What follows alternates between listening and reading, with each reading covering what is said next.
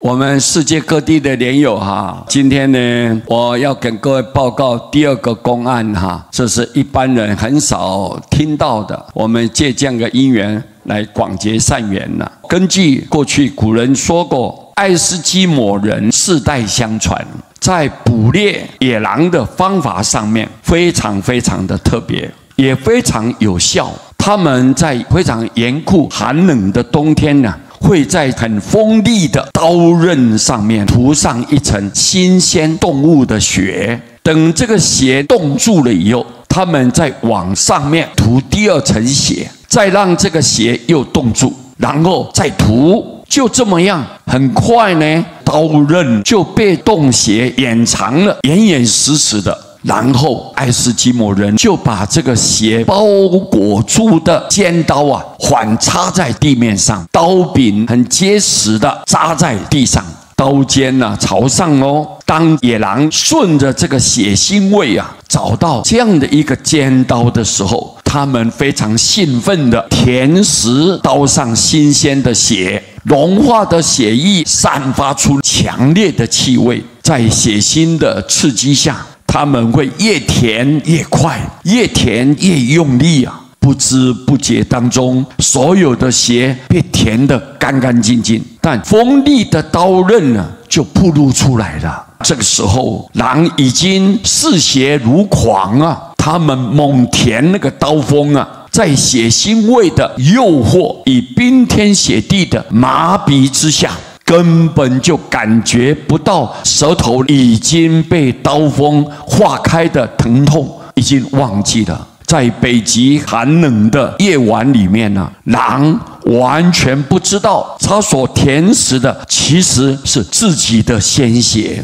他只是变得更加贪婪，血越流越多，直到最后精疲力竭的时候，他倒在血地上面了，一命呜呼哀哉了。各位，欲望啊，就像一位技巧很纯熟的魔幻师一样，他有两个特别厉害的把戏，让我们迷惑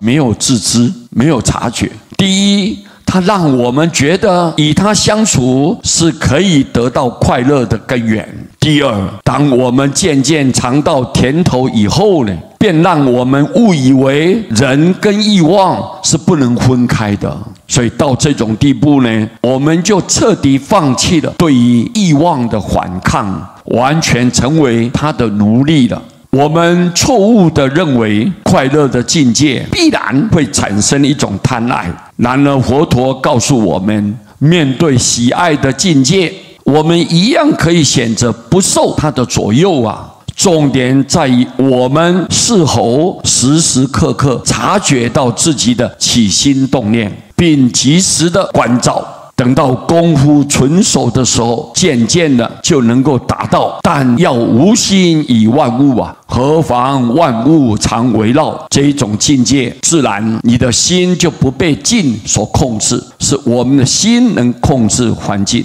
但是如果我们做不到呢？因为环境很复杂，环境变化多端，非常迷惑的，很有诱惑力，所以我们往往不察觉的状况下，就陷入那种漩涡里面。在此时此刻这种关键里头，我们应该要随时回光返照，赶紧的念佛，以名号的功德力，让我们的心能够把持住，能够稳定住，不受外在的影响，一心的忏悔，好好的精进用功念佛。佛一再告诉我们，色相都是希望的，都是假象的，我们不要被境界所控制。如果能够时时刻刻提醒自己，以后我们往生的把握就自然在我们身上产生。这一点呢，我们利用这样一个因缘，跟我们世界各地的莲友们来报告。人往往就像这个野狼一样，欲望的漩涡是无法去控制的，